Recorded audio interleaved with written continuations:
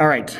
The last time that I recorded a video for you guys, we had talked about the politics of the 1920s, and we went through Harding, President Harding, in the early part of the 20s, and we kind of got to the middle of Calvin Coolidge, who's our second president, really from 1923 to 1928.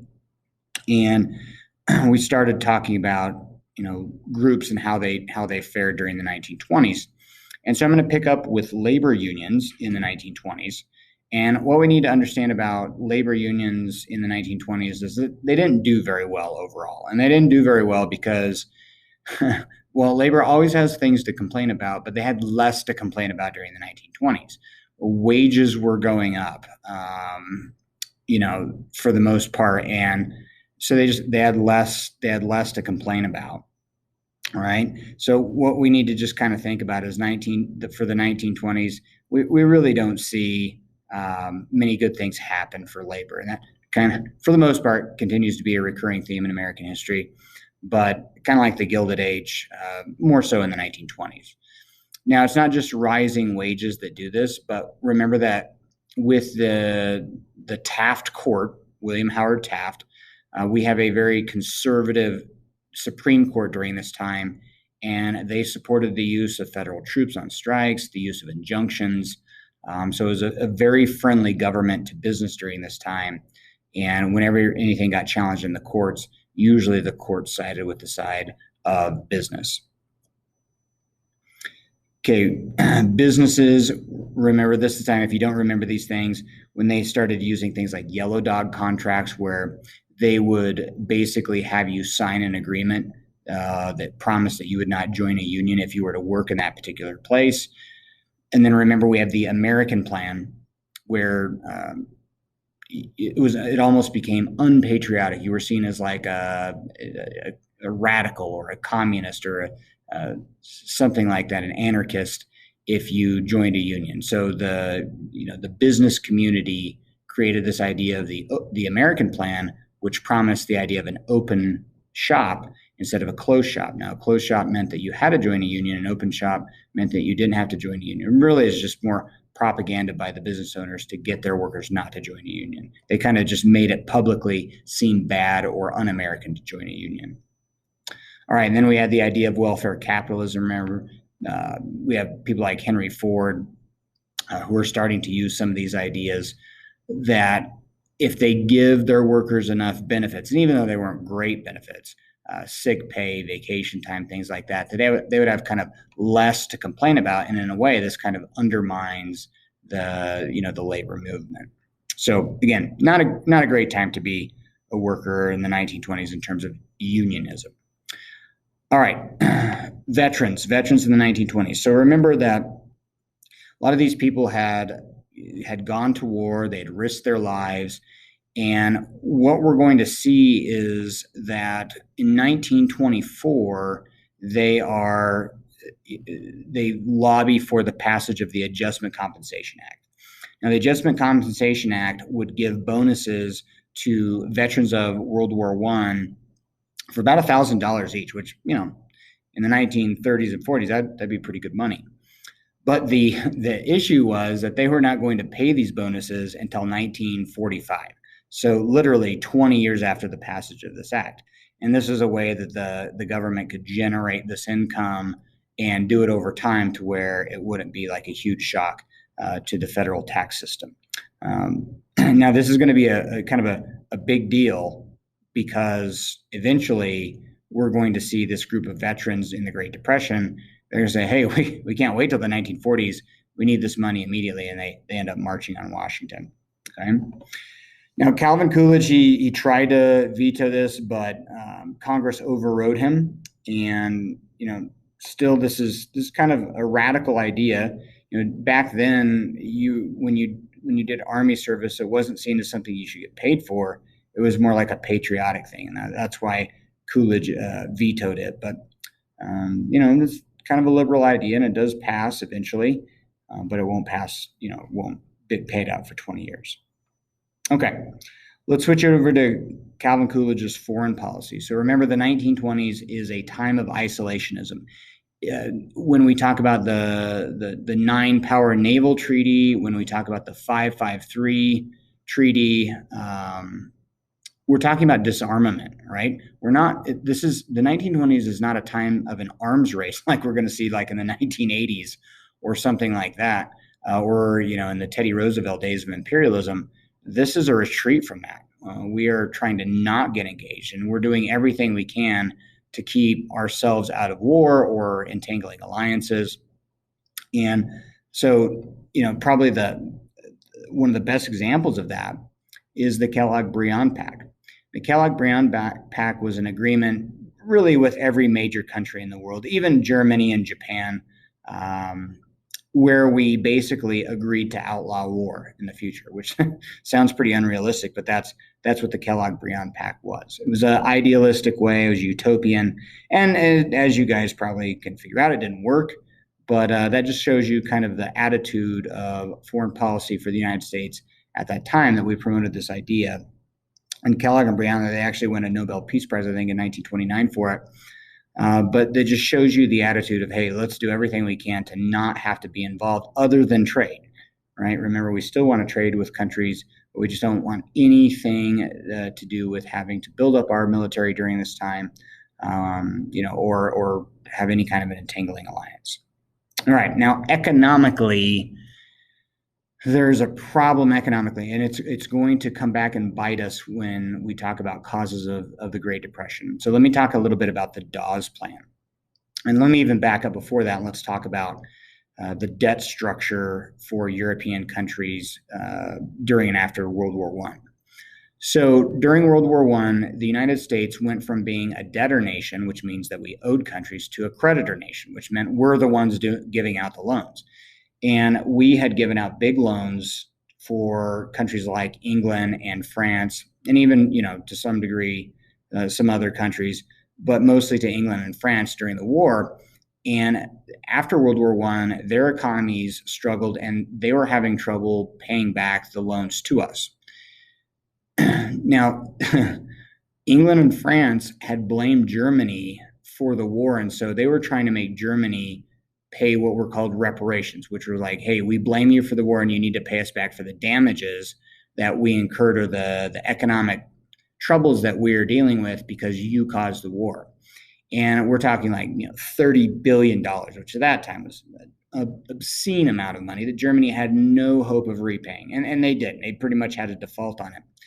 But what was happening is that, if Germany couldn't pay back, and if England and France couldn't pay back, then that would eventually hurt America, because American investment bankers, American banks, the federal government, they had given those countries loans, and so they needed to get paid back. And so in 1924, the United States Congress created something called the Dawes Plan. And you can kind of follow the money here.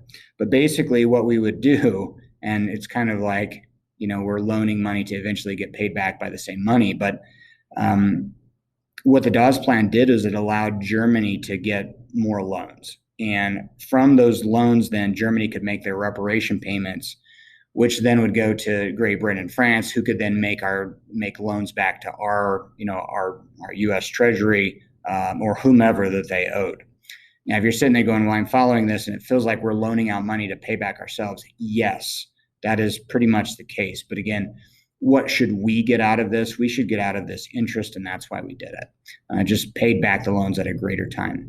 The problem with this is probably what we should have done is we should have either just given the money, or we should have just said, hey, look, war is a horrible thing, and we should have eradicated those debts or made them pay less. But we weren't willing to do that. We wanted them to pay back every cent. And I make a big deal of this because this is going to be one of the things that pushes those European countries into their own Great Depression. We're going to see it get really bad in Germany. And this is what kind of allows Hitler and the Nazis to rise to power, saying, look what they did to us. They destroyed our economy. And if you get behind me, I'll lead you back to the promised land. So in a way, it's kind of like indirectly, we caused at least the financial troubles in Europe, when we probably could have done a little bit more to help. But then, the problem becomes in the early 1930s, we can't even help ourselves. We're so mired in the Great Depression that really just the whole international finance structure crumbles and falls apart. Ours is falling apart. And so it's just a bad time economically for countries as we move into the 30s. All right. So now let's bring into the picture Herbert Hoover in the election of 1828. Remember that Herbert Hoover, difficult for me to say today for some reason, we first kind of saw him as the leader of the U.S. Food Administration during World War I. He was very successful in promoting ideas to be patriotic in food use, and he became pretty popular. He was a very notable engineer, multi-millionaire, very wealthy person. It seemed like he was equipped for everything that it would take to run the Secretary of the Treasury job. And I'm sorry, Secretary of Commerce, Secretary of Commerce job, which he seemed to do a pretty good job for most of the 1920s. And by 1928, he seemed a very logical choice for, the presidency. And really, economic events up to 1928 would bear that out. I mean, remember, for most of the 1920s up until 1928, 1929, we're in the roaring 20s. The economy is expanding. It's doing great. And so Herbert Hoover seemed like a logical choice. Now, furthermore, as we know that we're going to dip into the Great Depression, because of his work in the Food Administration, because of his work in the commerce sector, we really, Hoover probably was, at least initially or on the surface, there's going to be a Republican running the government during this depression. It seems like Hoover would be a logical choice. Unfortunately for Hoover, history doesn't bear that out. Hoover did more than any president up until that point as the economy crashed. He just didn't do enough. At that time, we just fully didn't understand how deep the depression was going to be. And, Hoover was a victim of that. I guess the way you could look at it is he gave a couple of Tylenol to a country that had a migraine, and he just didn't do quite enough. So, all right, let's dive into Herbert Hoover. Okay, in the election of 1928, he was going against a very affable, very charismatic guy by the name of Al Smith. It was not the time for Democrats. The Democrats are split. They're split between rural and urban. Whereas the urban people tended to vote for Al Smith that were Democrats, the immigrants, that kind of the industrial worker. Even though Smith is going to carry the South like, Democrats have done forever at this point, a lot of the rural people in the South especially, they don't like him. He talks with a very thick accent, sounds like a foreigner. He's against prohibition, which many of the rural WASPs of the South are for prohibition. He's a New Yorker. He's an urban guy. And so what ends up happening is, even though Smith ends up carrying the South, there's a lot of popular votes that go towards Hoover. And we see that a lot of those rural people in the South actually vote Republican. Now, today, this would be like, yeah, well, that's what they do. But back in those days, it was unheard of for rural people to vote for Republican. And this is one of those rare instances during this time, at least, that they do. And so if you hear the term Hoovercrats, those are Democrats that actually fled party lines on this election and voted for a Republican. This is also one of the first, you see it on the screen there, this is one of the first elections in which we see the radio play a pretty active role. And as these candidates, as they campaigned, as, people got news about the election, really this was one of the, 1920 was probably the first election, but by 1928, almost everybody had a radio, or at least access to a radio. And so we really see radio play a role in not only the lead up to the election, but the election night, the inauguration of Hoover, things like that. Okay, now in terms of compared to his predecessors, Hoover was kind of teased by Republicans in the 1920s that he was a progressive. And so if we're going to compare him to Harding and to especially Coolidge is the ultimate conservative. Coolidge was about as conservative Republican as you could get in almost any way at this time. But Hoover really is somewhat of a progressive for Republican, anyways, in the 1920s. He helps to create a federal farm board, which is then, you remember, this is an old populist idea where loans are given out to farm cooperatives. They are able to, give low interest rate loans to farmers. They take surplus crops, they store them, they don't sell them, until there's higher prices. So in a lot of ways, Hoover, if he was a president in the early 1900s or teens, in this way at least, he would be considered a progressive. He also tried to lower income taxes for the poor. That didn't happen, but at least he had that initiative. And then, kind of like Harding was actually different than Wilson in terms of, he allowed African Americans to serve in federal jobs. And then Coolidge, he kind of goes away from that. And then when Hoover comes into office, he allows certain African Americans to be on things like parole boards or in certain federal positions. But really, I think what kind of dooms Hoover in terms of when we get to the Depression is he has that idea that you see there on the left picture, which is supposed to be showing you, give a man a fish, he eats for a day. Teach a man to fish, he eats for a lifetime. And this is going to be something that kind of bites Americans in the butt during the Great Depression, is they're so unwilling to ask for help. Now, today in 2021, that's probably not the case. Now we look to government, give us stimulus packages, things like that. But back then, you just had this cultural, entrenched feeling that you were an individual, a rugged individual, and if you were a man, you didn't need to ask for help. In fact, you never asked for help. And that was kind of Hoover's idea was, hey, we can't, we're not going to just help farmers, but we're going to assist them. We're going to aid them so that they can help themselves. All right, on to the Great Depression. And so when we talk about the Great Depression, I think students sometimes think the Great Depression was caused by the stock market crash. I don't want you to think of it that way. I want you to think of the stock market crash as like you take your temperature and you see that it's 104 degrees and you're like, oh, geez, I am really sick. Well, that's what the stock market crash was. There was a lot of things going on beneath the surface that should have given us indicators that the economy was unhealthy. And some people saw, but most people, including the people running our government, really did not. And so, if we go back to the early 20s, remember we had a general expansion of the economy, but 1927 and 1928 were just unheard of years in terms of expansion of the economy. A tremendous amount of people investing in the stock market. And we have what's called a bull market. And that bull market went on for about a year and a half. And there were some people that were like, this cannot last.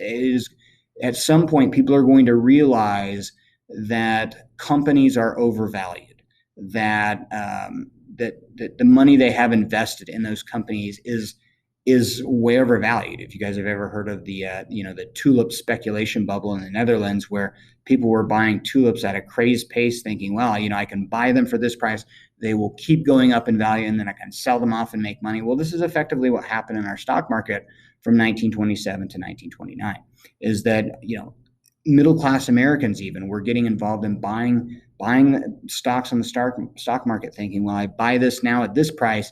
If I just wait a few months, then then it's going to increase in value, and then I can sell off and I can make a bunch of money, get in and get out and move on.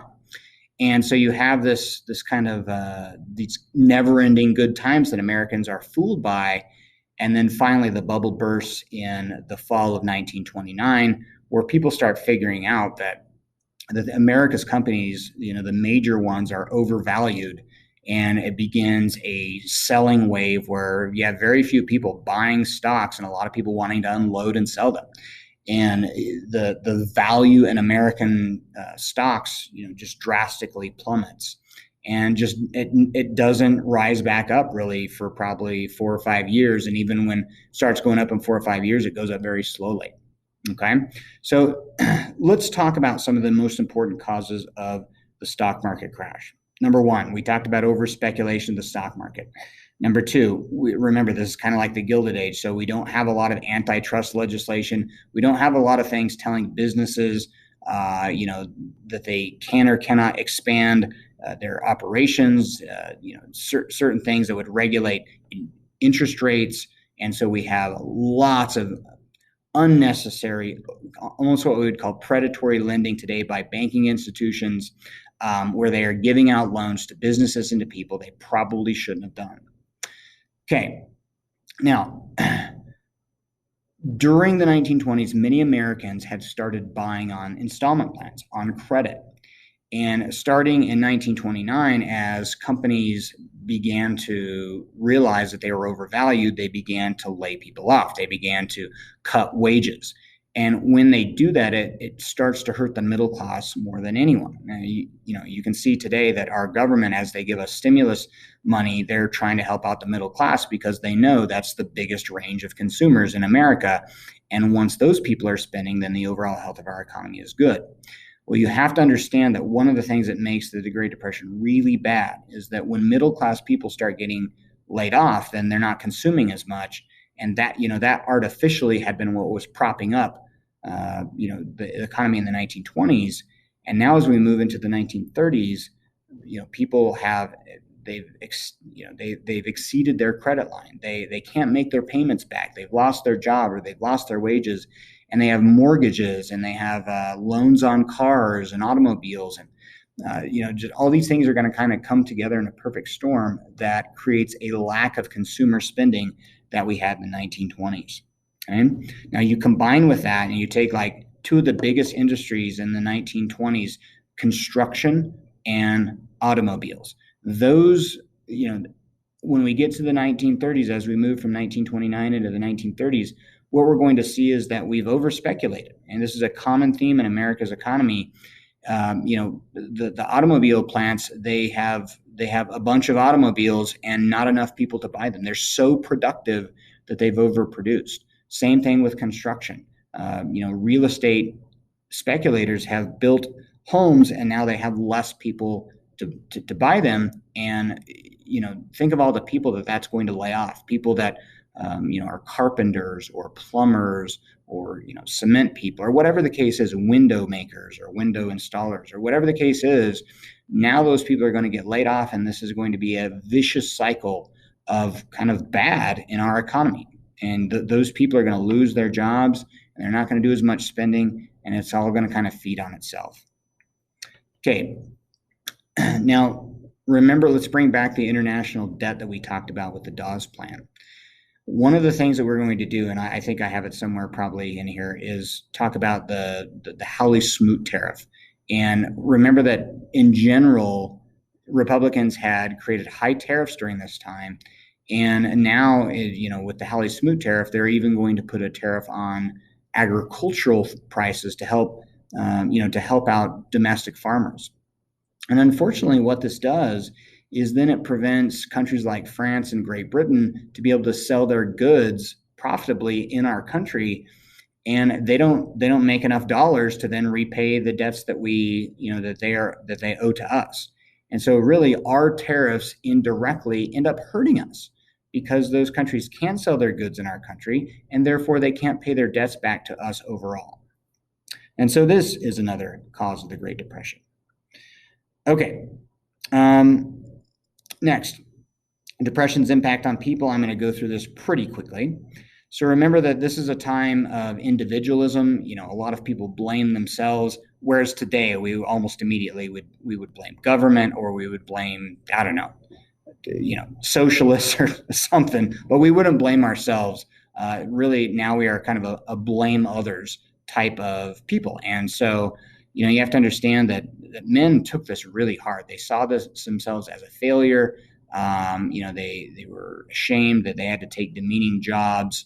A lot of times they couldn't work at all. So it was just really a difficult time for Americans. A lot of people resorted to moving, or what they called riding the rails. So they'd get on trains, usually illegally, and they would go from town to town or city to city, wherever they could, just to find jobs. And so typically you would see, people in their 20s to 40s, usually males, single men that were vagrants, that they're riding around on these trains, just going from place to place, trying to find work wherever they could. Okay, families are split up, even though the divorce rate's lower during the Great Depression, because I think it's probably just too expensive for them to get divorced at the time. A lot of times the man would leave the home trying to look for jobs, trying to look for spare money wherever they could, and then hopefully reunite with the family later. But we want to understand that while the divorce rate was lower, a lot of families broke up just because they had to by necessity. Okay. This is, one of the first times, though, in America that we'll see a declining fertility rate by women. Birth rates kind of go down. We'll see it spike back up after World War II, but during the Depression and during World War II, we really have pretty low birth rates during this time. Okay, unemployment rates during the 1930s, pretty high, in some cities as high as 50%. So like industrial cities, for example, were hit particularly hard. Pittsburgh, Dayton, Cleveland, New York, some of these industrial cities were even higher than the national average, which is about 25 to 33%. Okay? 1933, that is probably the year where we have the highest unemployment rates. And also, I think, it's probably important for you to understand that for minorities, the unemployment rate is even higher. So like African Americans, Mexican Americans, Chicanos, Nisei, which are American-born Japanese, their unemployment rates are even higher than whites. A lot of white people, they clamored for white people to get jobs first, and that industrial factory jobs or I don't know, the docks, that they would hire white workers first before African Americans or somebody like that. So not a good time to be a minority during the Great Depression. You are going to get the remaining jobs after the white males had tried to get their jobs. Okay, so from an employment perspective, this is a really difficult time. We have wages being cut. We have factories laying workers off. It will cause a rise in union activity. So remember, in the 1920s, we have a decreasing amount of union activity. In the 1930s, we're going to see an increase. We're going to see communism become popular again. It's called the Popular Front in America, which really is just another way of saying communism without being called a communist. Socialism is going to be on the rise. Labor unions are going to do a little bit better in the 1930s than they did. Okay, so with factory layoffs, we get fewer consumers, we get factory layoffs, and fewer consumers. It's just a vicious cycle that feeds upon itself. Okay, by 1931, people are really starting to lash out. Even though people still have this kind of rugged individualism, people start changing their tune a little bit and start looking for, to government to help. But government really, at this point, is not willing to do probably what was necessary. People are going to start blaming Hoover, and so you see, like all over in American cities, these shanty towns, what we would call today slums, that pop up with corrugated metal roofs, whatever they could find. But as they get evicted from their house, they agglomerate in city parks and things like that, and they're called Hoovervilles. A Hoover flag was an empty pocket, so if you take your pockets and empty them out with nothing to show, no money or anything, that was called a Hoover flag. And then, if you got cold in the wintertime and you used an old newspaper, that was called a Hoover blanket.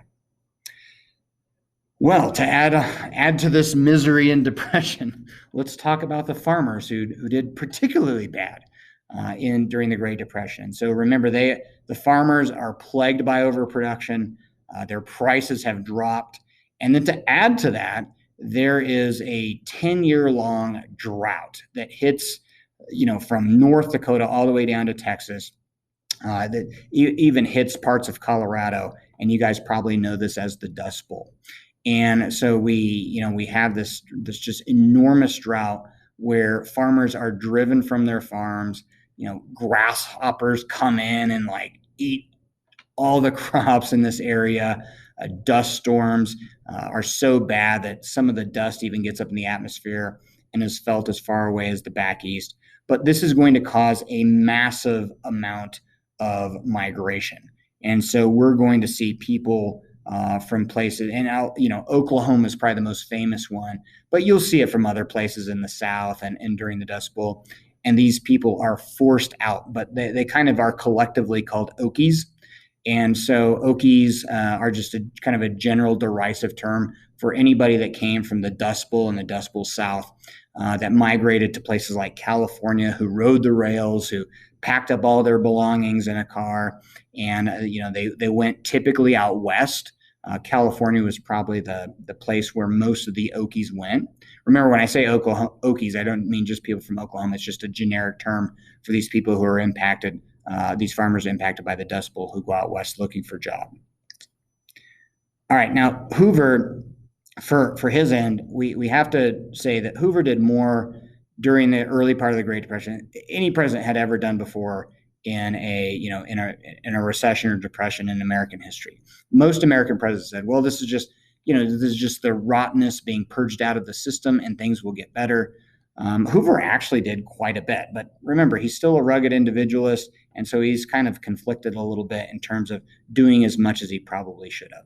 And so, here's a kind of a quote here. Hoover believes that in a depression, it's just really a crisis of confidence, and good times are just around the corner. He had no idea what kind of avalanche was hitting the country. He didn't know how much he needed to really do. Okay, we talked about the Hawley-Smoot tariff. This rises tariff rates on things like farm and agricultural products, which means then that foreign sellers in our markets, they're not going to be able to sell in our market very easily, which means they are not going to get the American dollars then to eventually pay back their debt. So this is kind of like, we need air, but then we hold our breath and hopefully things get better, and it doesn't. Okay, he calls for businesses for what's called volunteerism. So he asks major factories not to lay off their workers. He asks major factories not to cut their wages. But at the same time, he asks unions not to go on strike. And things just kept spiraling so far out of control that eventually these factory owners had to abandon volunteerism. And eventually labor, of course, was going to start striking. Okay, we talked about the Federal Farm Board, but again, not enough. The farmers were in way over their heads. The government just simply did not do enough to help them. Now, one of the ways that Hoover tries to help is by creating what we call public works projects. And so the building of dams. So you can see there in the bottom right-hand picture there, Hoover Dam. And so Hoover called for an enormous amount of money to be set forth, larger than any amount had ever been done in American history. Unfortunately, he probably needed 4 or 5 times as much, like we'll see in the New Deal, to even make a big difference. But he did call for government construction projects. The reason being is this would put people to work. Once they had jobs, they would be able to spend in the economy. But again, it's Tylenol for a migraine. He did not do enough. They did not understand in 1928, 1929, 1930, 1931 how big this depression was. Okay. And so, you're going to see several of these projects. You're seeing the Muscle Shoals build, which dams up the Tennessee River. We're going to see the same thing with the Hoover Dam. Government is going to be able to provide cheap electricity to rural people. That's at least the idea. Again, it just wasn't enough. Okay. So that's the analysis is, we tried to do this idea. The country wasn't ready for the extreme measures that needed to be taken at this time. And then by the time, 1932 rolls around, Hoover is tremendously unpopular, and he's going to get just demolished in 1932. Okay. Farm Board doesn't help the farmers. There's farmer discontent. Remember, the farmers are dealing with overproduction and low prices and not enough government help. We see that the farmers, they create the Holiday Association. In Iowa, they're pouring out milk as a protest to try to raise up their prices. They go on basically what amounts to the Holiday Association creates a farmer strike where they encourage farmers to withhold products from the market. And in that way, it would cause a food shortage. And if it caused a food shortage, that would bring up the prices. But there's so many desperate farmers out there that not all of them can afford to do this. And so the farmers strike, or the Holiday Association, as it was called, it fails to work. Okay, on to veterans.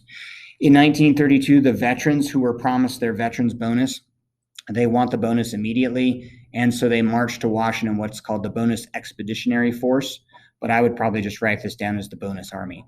Okay, the Bonus Army marched to Washington, and they basically set up a Hooverville outside the Capitol building. and they demanded that Congress expedite their bonus from 1945 and give it to them in 1932.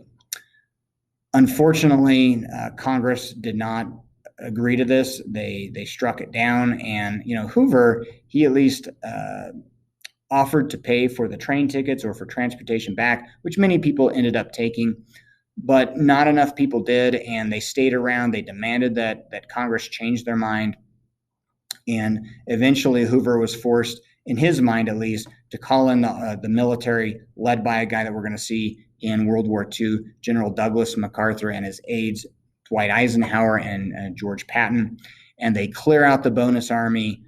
They end up burning down most of the bonus army's tents that were outside the Capitol building. They chase them across, across the river, and this this is seen as very unpopular by the American people.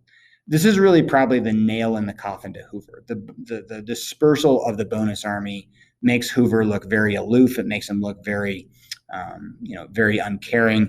And so this all but wraps up that any Democrat that's put against Hoover is going to win. And there's the dispersal of the bonus army.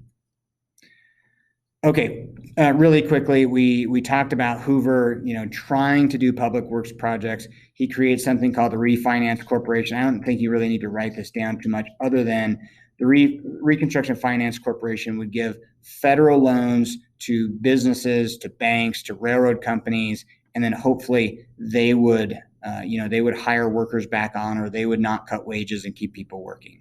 Unfortunately, it wasn't enough. They didn't have enough money to do what they really needed to do, and it didn't end up working. He tried to help labor the Norris-LaGuardia Anti-Injunction Act. It outlawed yellow dog contracts. It recognized unions the right to strike, and it limited the use of injunctions on strikes. But again, by that time, it wasn't enough. Okay, foreign affairs. While all of this is starting to unfold in America, things are starting to happen in Europe and in Asia. If we remember anything from World War II, when we learned about an AP World, we know that by the early 1930s, Hitler is starting to consolidate power in Germany, and we remember that Japan is starting to expand in Asia. We are in no mood to stop them. We're not going to do anything that would, take us back into an entangling alliance and war. And so you can see here that basically Japan is just blowing through everything that we did in the 1920s. The 5-5-3 ratio, they ignore it. They build up their military arms. Germany as well. They're just basically spitting on the Kellogg-Briand Pact. And because we're starting to deal with our own Great Depression problems, we have no stomach to go and stop them. And so Japan and Germany are basically allowed to expand and create big empires, Japan especially, during the 1930s. And the League of Nations does nothing. I mean, the League of Nations is basically dead at this point, and the U.S. doesn't do anything as well. All right, thank you for tuning in. That gets us to the Great Depression. Next time, we will talk about the election of 1932 and the New Deal of Franklin Roosevelt. Have a good day.